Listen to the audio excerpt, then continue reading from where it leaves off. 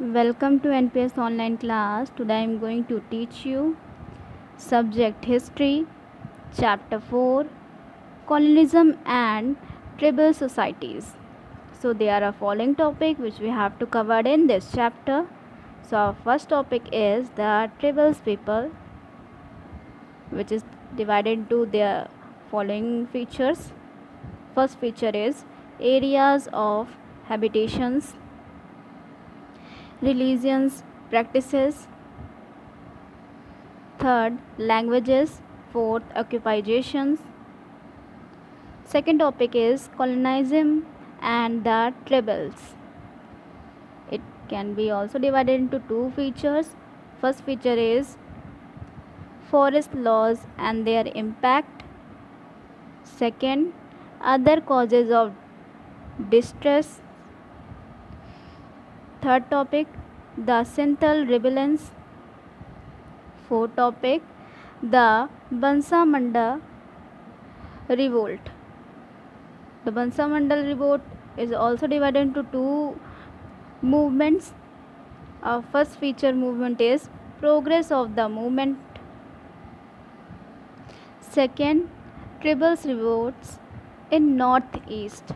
तो ये हमारे टू एक्ट थे, टू रिवोल्ट्स जो हेल्ड हुए थे आदिवासी या फिर ट्रिबल सोसाइटी में. Okay, so let get started. Our first topic is the tribal people who did not form part of the agrarian and industrial society in developed area come to be known as tribals. ऐसे ट्रिबल्स peoples में हम लोग पढ़ेंगे कि ट्रिबल्स people कैसे religions और कैसे habitation follow up करते थे. पहले उनके बारे में जानेंगे कि ट्रिबल्स पीपल कौन से पीपल होते थे, किस क्राइटेरिया में आते थे. ओके, तो यहाँ पे जैसे लिखा है फर्स्ट लाइन में, peoples who did not form part of the agrarian and industrial societies in developed area came to be known as tribal. Tribals people हमारे ऐसे पीपल होते हैं जो हमारे इंडस्ट्रियल सोसाइटी से बिल्कुल फार अवे होते हैं, उनसे कोई लिंक कनेक्ट ही नहीं रहता है. ओके, वो अपना सिर्फ विलेज में बिलोंग करते हैं और अपना एग्रीकल्चर पे डिपेंड रहते हैं, एग्रीकल्चर या फिर कल्टीवेशन फार्मिंग पे डिपेंड रहते हैं वो पीपल्स. ओके, और वन थिंग मोर, जो हमारे ट्रिबल्स पीपल्स होते हैं उनका कनेक्शन और लिंक बिटवीन जो हमारी नॉर्मल इन्वायरमेंट सोसाइटीज़ होती है उनसे नहीं होता है. ओके, बहुत ही फार अवे ये लोग लिव करते हैं, बिलोंग करते हैं. मेनली ये फॉरेस्ट में लिव करते हैं. ओके, फिर नेक्स्ट हम लोग देखेंगे सेकेंड पैराग्राफ में. In Hindi they are commonly called आदिवासी. जो ट्रिबल्स पीपल होते हैं इन हिंदी हम लोग क्या कहते हैं, we can also say Adivasi. Okay, Adivasi highlight in your book also. A word which is coined by combining the word adi. Adi means क्या होता है, old time. The word adi which means old time and vasi which means inhabitant. Okay, inhabitant मतलब जिन्होंने एक real habit ना बनाई हो अपनी. ठीक है, वैसे तो हैबिटेशन मतलब होता है कि उनका रहन सहन, उनकी रहन सहन की क्वालिटीज़. तो यहाँ पे देखिए आदि मीन्स होता है हमारा ओल्ड टाइम और हमारा वासी मतलब होता है उनका रहन सहन, कैसे वो लोग रहते थे. ठीक है, फिर हम लोग नेक्स्ट पेज में चलेंगे. दे लिव्ड इन डिफ़िकल्ट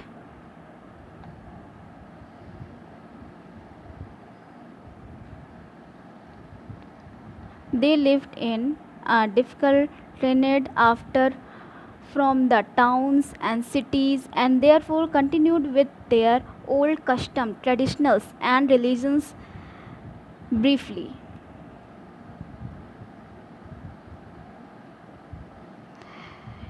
जैसे कि आदिवासी मैंने आपको बताया कि वो एग्रीकल्चर पे बिलीव करते थे, उसी पे डिपेंड रहते थे. उनका फूड, उनका सर्वाइवल, उनका फेथ बिलीव सब एग्रीकल्चर पे डिपेंडेंट रहता था। मतलब कि जो इनकी नेचुरल क्वालिटी होती थी हमारे एटमॉस्फेयर में, like sun, moon, sky, star, river, shelter, ये सारे जो क्वालिटीज़ हैं हमारे नेचर की, ये इस पे फेथ करते थे और इस पे बहुत ही ज़्यादा बिलीव करते थे। ओके, देन आफ्टर वो इसी चीज़ों से अपना कल्टीवेशन किया, इन्होंने कस्टम बनाया, ट्रेडिशनल बनाया एंड रिलीजियस बिलीव किया इस पे। ओके, ये हमारे नेचुरल थिंग्स पे। It can not be created any towns और सिटीज़ वो में नहीं आते थे। ओके, फिर नेक्स्ट देखेंगे हमारा टॉपिक, इसके अंडर में फीचर आता है areas of the habitation. Areas of the habitation में हम लोग पढ़ेंगे कि ट्रिबल्स जो पीपल्स होते थे कैसे हैबिटेशन पे वो फेथफुली लिव करते थे, और विलेज उनका फॉरेस्ट कहाँ से बिलोंग करता था। ओके, तो यहाँ पे देखेंगे हम लोग, the tribals area were remote, therefore they did not fully get the fruit and development। जो ट्रिबल्स पीपल के एरियाज़ रहते थे वो फुल्ली डेवलप नहीं रहते थे, दैट्स वाई उनकी जो कल्टीवेशन एरियाज़ होती थी बहुत ही डीपली स्वेलर डाउन हो जाती थी। ठीक है, उनको बहुत ही लिमिटेड अमाउंट में फ्रूट वेजिटेबल्स प्रोवाइड होते थे। ओके, क्योंकि दैट्स वाई ऐसा क्यों होता था, क्यों, क्या रीज़न है इसका? ऐसा इसलिए होता था क्योंकि वो बहुत ही, जो ट्रिबल्स पीपल रहते थे वो बहुत ही बैकवर्ड थे, हमारी सोसाइटी से बहुत ही ज़्यादा बैकवर्ड थे, इसीलिए उनको क्या कहा गया? आदिवासी कहा गया। ओके, फिर हम लोग नेक्स्ट लाइन में देखेंगे, they lived in remote area. वो एक ऐसे ही रिमोट एरिया मीन्स होता है जैसे कि हमारा मिडल में हमारा विलेज हो और उसके कवर्ड एरिया में हमारा सिटीज़ हो।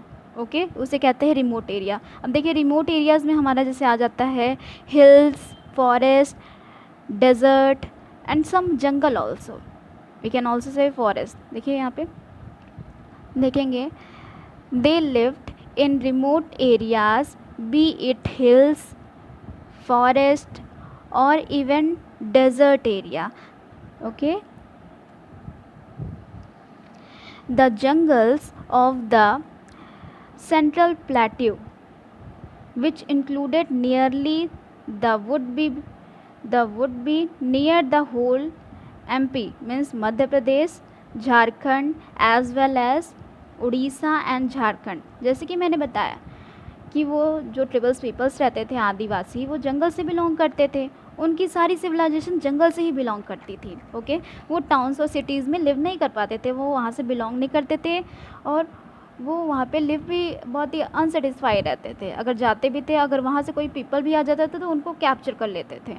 ठीक है, उनको किडनैप कर लेते थे और उन्हें बंदी बना के उन्हें अपना एम्प्लॉय बनाते थे और उनसे काम करवाते थे अपनी कल्टीवेशन के थ्रू, या फिर कोई भी वर्क हो वो उनसे करवाते थे। और जैसा कि यहाँ पे लिखा हुआ है, the jungle of the central plateau, जो सेंट्रल प्लेट्यू के हमारे फॉरेस्ट रहते थे उनमें ये आदिवासी ज़्यादा पाए जाते थे।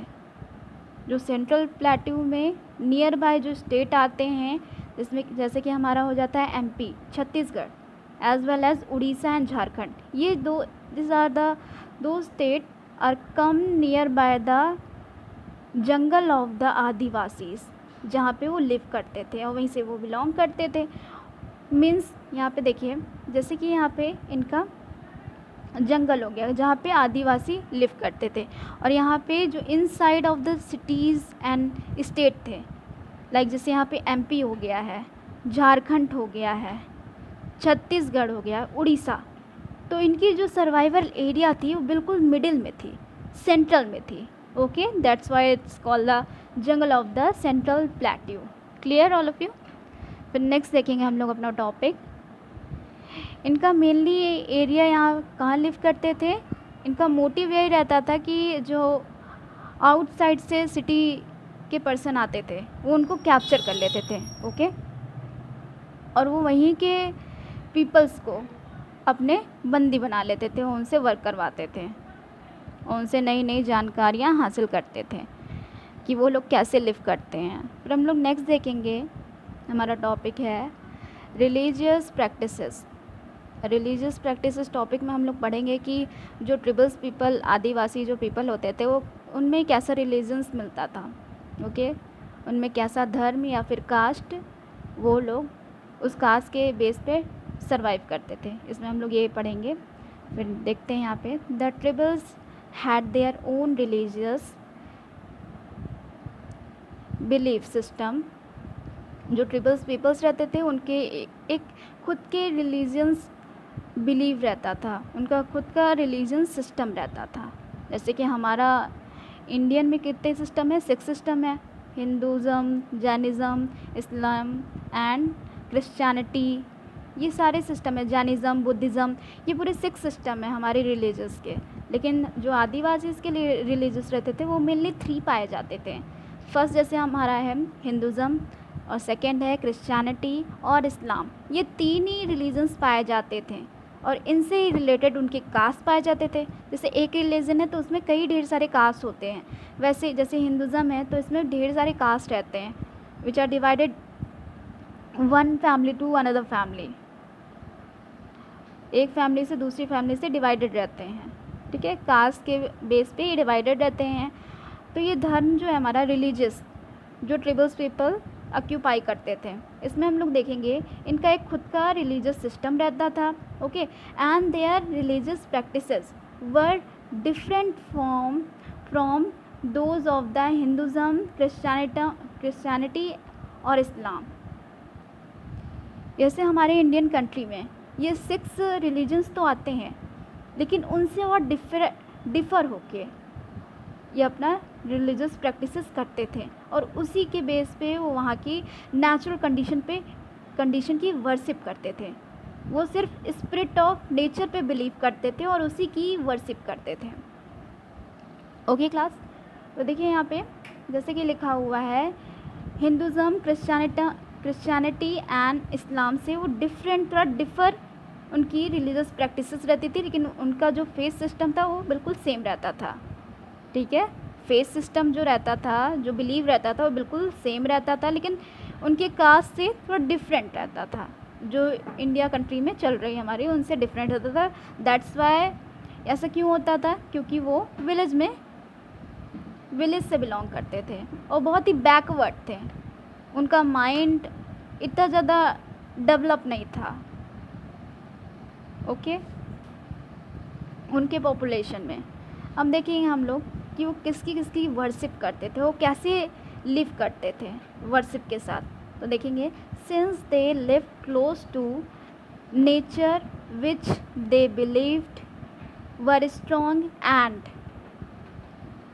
यहाँ पे देखिए वो उसी पे बिलीव करते थे, वो उसी कंडीशन पे बिलीव करते थे जो उनको वो जिसे देख सके। जैसे रिवर है, रिवर उसे आदिवासी जो पीपल्स हैं वो उनको देख भी सकते थे, उनके इफ़ेक्ट को वो फील कर सकते थे। तो इस इम्पैचमेंट के द्वारा वो उस पर बिलीव करते थे एंड उसकी वर्शिप करते थे। तो यहाँ पे देखेंगे हम, since they lived close to nature, वो नेचर के बहुत क्लोज रहते थे। क्यों? क्योंकि वो फॉरेस्ट में सर्वाइव करते थे। विच दे बिलीव वर स्ट्रॉन्ग, इसीलिए वो नेचर कंडीशन पे ज़्यादा स्ट्रांगली बिलीव करते थे। They had no control over them, उनका उस नेचर पे कोई कंट्रोल नहीं रहता था। Because of these nature condition are gifted by God, इसीलिए उनका कोई कंट्रोल नहीं रहता। जैसे वाटर है, वाटर पे हमारा कोई कंट्रोल नहीं है। ओके, हम लोग अपने आप को प्रोटेक्ट कर सकते हैं, लेकिन वाटर के डिसबैलेंस को हम लोग प्रोटेक्ट नहीं कर सकते हैं। ओके, फ्लड को हम लोग प्रोटेक्ट नहीं कर सकते हैं। ठीक है, तो यही कंट्रोलाइजेशन है, उसके एग्जिस्टेंस के द्वारा वो उस पर बिलीव करते थे, नेचर कंडीशन पे बिलीव करते थे। अब नेक्स्ट देखेंगे, they generally believed in spirit of rain, fire, forest, river, etc. अब इसके अलावा नेचर कंडीशन के अलावा जैसे हम लोग देखते हैं जनरली बिलीव करते थे स्पिरिट ऑफ नेचर पे। अब स्पिरिट ऑफ रेन पे बिलीव करते थे वो और उसकी वर्शिप करते थे। फायर, फॉरेस्ट, रिवर, ये सारी जो कंडीशंस हैं नेचर की, जो क्वालिटीज़ हैं वो उस पर बिलीव भी करते थे, इसकी स्पिरिट पे, देन उसकी वर्शिप भी करते थे, and worship them. Okay, they also worship the spirit of nature eight secret scared places within the village, and the rest of were worshipped at home। वो इसकी वर्शिप क्यों करते थे? फॉर प्रोटेक्शन, क्योंकि वो स्केयर्ड थे कि ये प्लेसेस जहाँ पे हम लोग बिलोंग करते हैं वो डिस्ट्रॉय अपना हो जाए बाय द नेचुरल डिज़ास्टर पे। उन्होंने बहुत सारी ऐसे नेचुरल डिज़ास्टर देखी थी, इसलिए वो क्या करते थे, नेचुरल कंडीशन पे, वो नेचुरल कंडीशन की, जैसे एयर हो गया, वाटर हो गया, फॉरेस्ट हो गया, फायर हो गया है, और रिवर हो गया, और स्पिरिट ऑफ रेन, ये सभी चीज़ों की वो वर्शिप करते थे फॉर आवर प्रोटेक्शन, कि हमारे एरिया को प्रोटेक्ट करिए। इसीलिए वो, उनका इंटरेस्ट यही था कि हमारे एरिया को प्रोटेक्ट करिए, हमारी जो पॉपुलेशन है और इंक्रीज़ होते जाए, और हम लोग वेल मेंटेन, वेल डेवलप हो हमारी सोसाइटी, कॉलोनिज़म एंड ट्राइबल सोसाइटी और वेल डेवलप हो।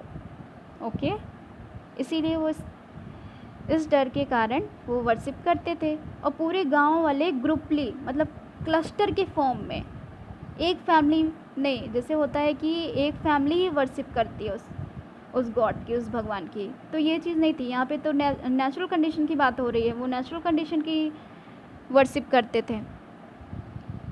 ओके, तो यहाँ पे देखिए, वो एक फैमिली से नहीं बिलोंग करते थे, उनकी जो वर्शिप एरिया होती थी वो पूरे विलेज की एक सिंगल एरिया होती थी।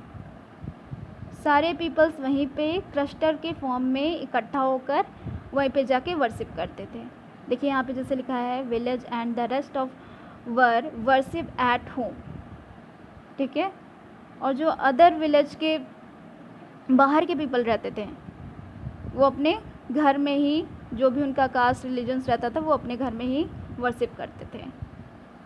जो अदर कास्ट से, सिटीज़ से आते थे, जिन्हें आदिवासी बंदी बना लेते थे। ओके, फिर नेक्स्ट हम लोग देखेंगे लैंग्वेजेस के बारे में। लैंग्वेजेस, इसमें हम लोग पढ़ेंगे कि ट्राइबल्स पीपल की लैंग्वेजेस कैसे होती थी, वो कौन सी भाषा ऑक्यूपाई करते थे। देखेंगे इसमें, the tribals had their own languages which are different from the mainstream languages of India.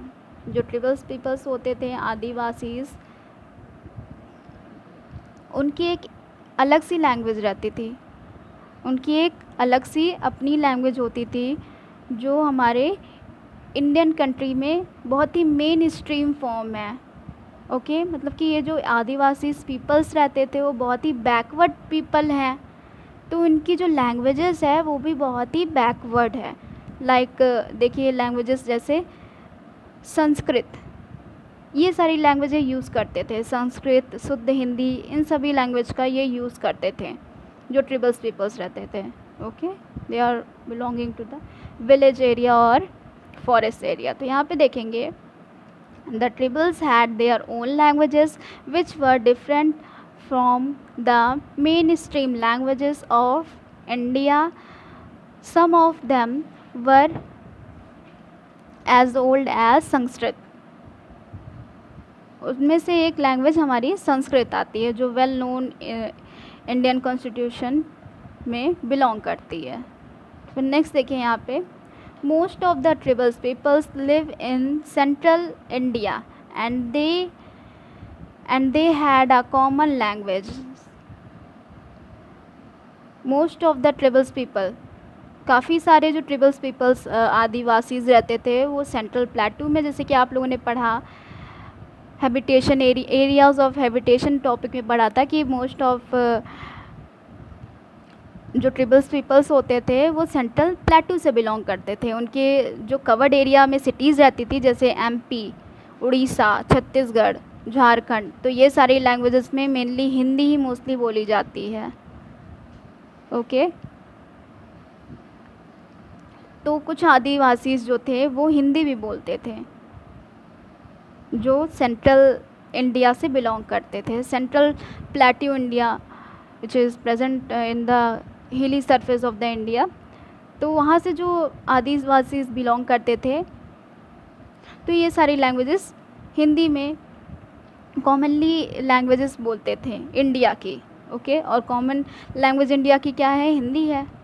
फिर नेक्स्ट देखेंगे हम लोग, therefore the majority of the tribals peoples in India spoken Santhali. और जो मेजॉरिटी पीपल थे ट्राइबल्स पीपल की, मतलब कि maximum people of tribals are spoken Santhali language. और जो संथाली लैंग्वेज थी ये उनकी ओन लैंग्वेज थी, आदिवासीज़ की उनकी एक ओन लैंग्वेज थी जिसका नाम है संथालीज लैंग्वेज। ठीक है, और मेजॉरिटी मीन्स मैक्सिमम पीपल जो ट्राइबल्स पीपल्स होते थे वो संथाली लैंग्वेजेस ही स्पोक करते थे। ओके, स्पीक करते थे। फिर ये हमारा टॉपिक ओवर हो गया। अब हम नेक्स्ट टॉपिक पे आएंगे, ऑक्यूपाइजेशन टॉपिक पे आएंगे। The occupation of the tribals could be grouped in 4 categories of following। अब देखिए ऑक्यूपाइजेशन हम टॉपिक में हमें ये पढ़ना है आगे कि ऑक्यूपाइजेशन मीन्स ये होता है कि वो कैसे सरवाइव करते थे और कौन सी कंडीशन ऑक्यूपाई करते थे।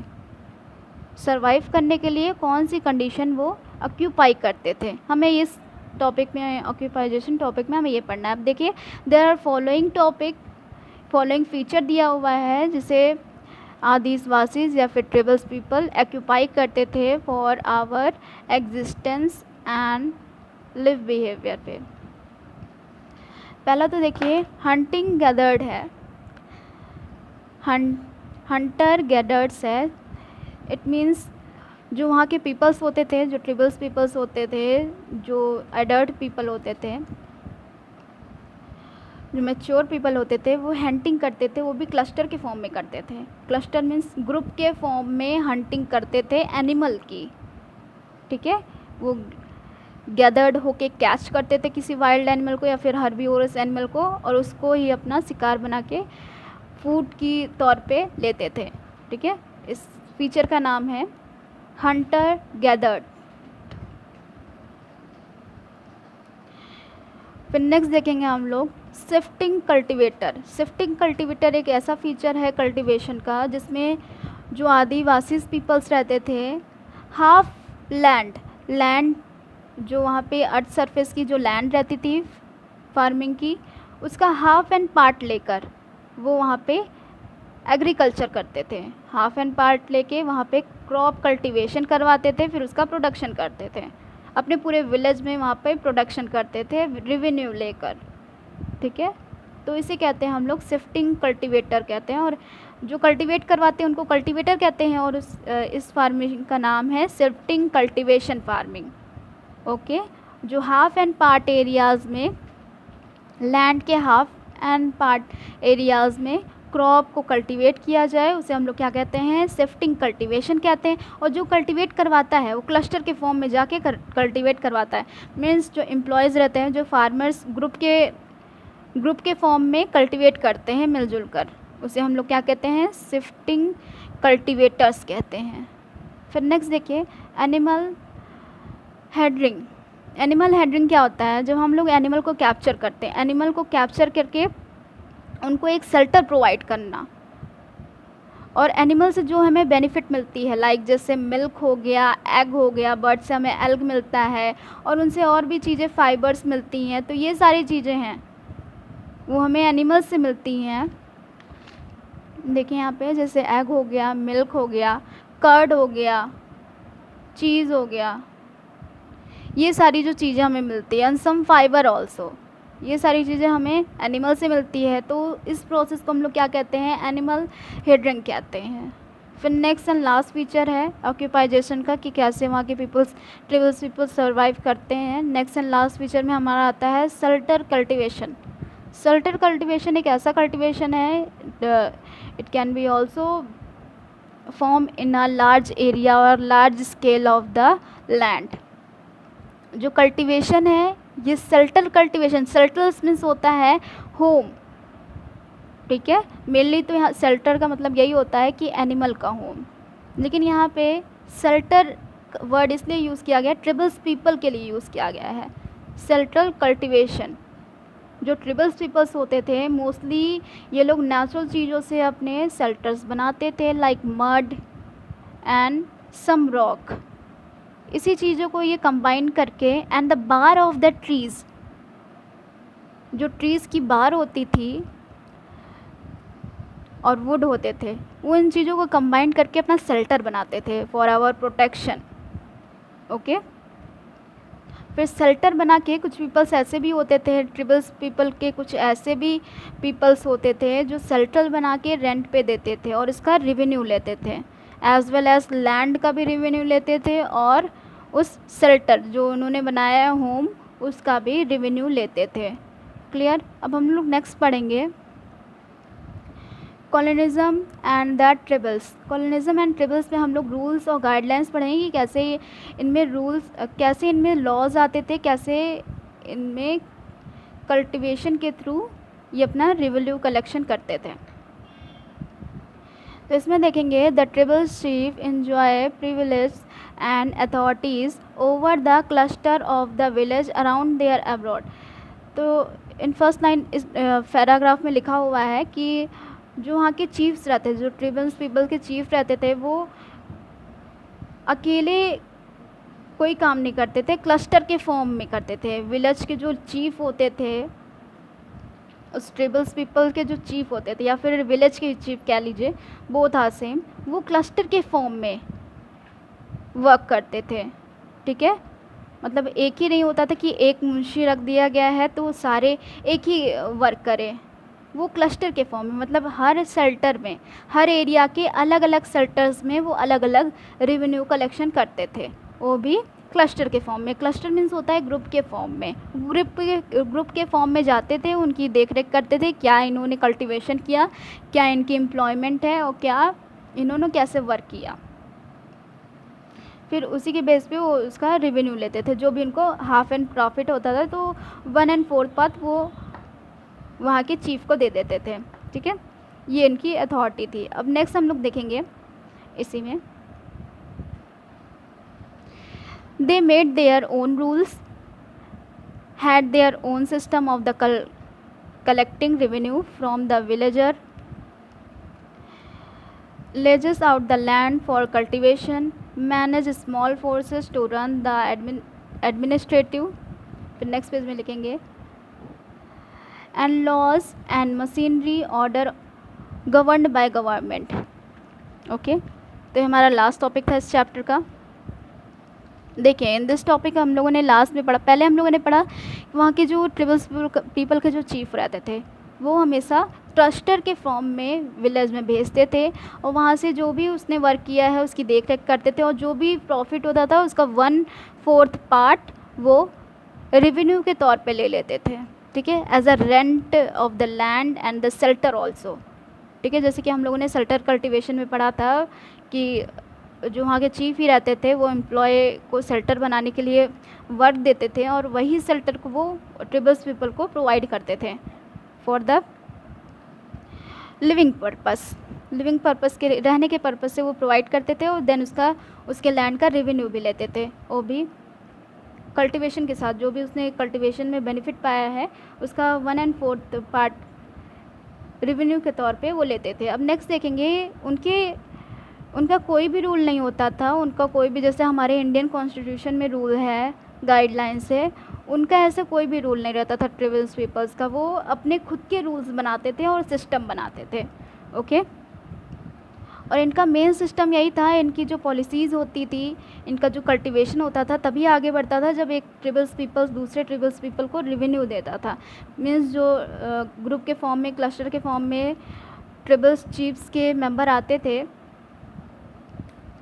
और ये नॉर्मल ट्रिबल्स पीपल्स के रेवेन्यू लेते थे, रेवेन्यू कलेक्ट करते थे, तो उन्हीं से इनकी एडमिनिस्ट्रेटिव आगे बढ़ती थी। फिर नेक्स्ट देखेंगे हम लोग, रेवेन्यू लेते थे ये विलेजर्स जो होते हैं, लाइक अ मुंशी, ये ट्रिबल्स चीफ के मुंशीज होते थे, उनको कहते थे विलेजर्स कहते थे। ओके, विलेजर्स कलेक्टर कहते थे। और ये वही कलेक्ट करते थे, लैंड का रेवेन्यू कलेक्ट करते थे, शेल्टर का रेवेन्यू कलेक्ट करते थे, प्लस जो भी कल्टीवेशन में प्रॉफिट हुआ उसका 1/4 हाफ एंड पार्ट लेते थे, 1/4 या फिर हाफ पार्ट ये रेवेन्यू के तौर पे लेते थे। अब नेक्स्ट देखिए, इसमें जैसे लिखा हुआ है कि जो मुंशीज़ रहते थे, विलेजर कलेक्टर रहते थे, वो ये भी देख रेख करते थे कि वह कैसे कल्टीवेशन कर रहा है, ये सारी चीज़ें कैसे मैनेज कर रहा है। ठीक है, जैसे कि मैंने बताया था, इनका मेन पॉलिसी यही होता है, रेवेन्यू के तौर पे इनकी पॉलिसीज़ चलती है, इनका एडमिनिस्ट्रेशन चलता है, देन उससे इनके खुद के रूल्स एंड लॉज बनते हैं जो गवर्न करता है ट्रिबल्स पीपल का chief. Okay, thank you all of you. I hope you like my video. Keep learning, students, and take care.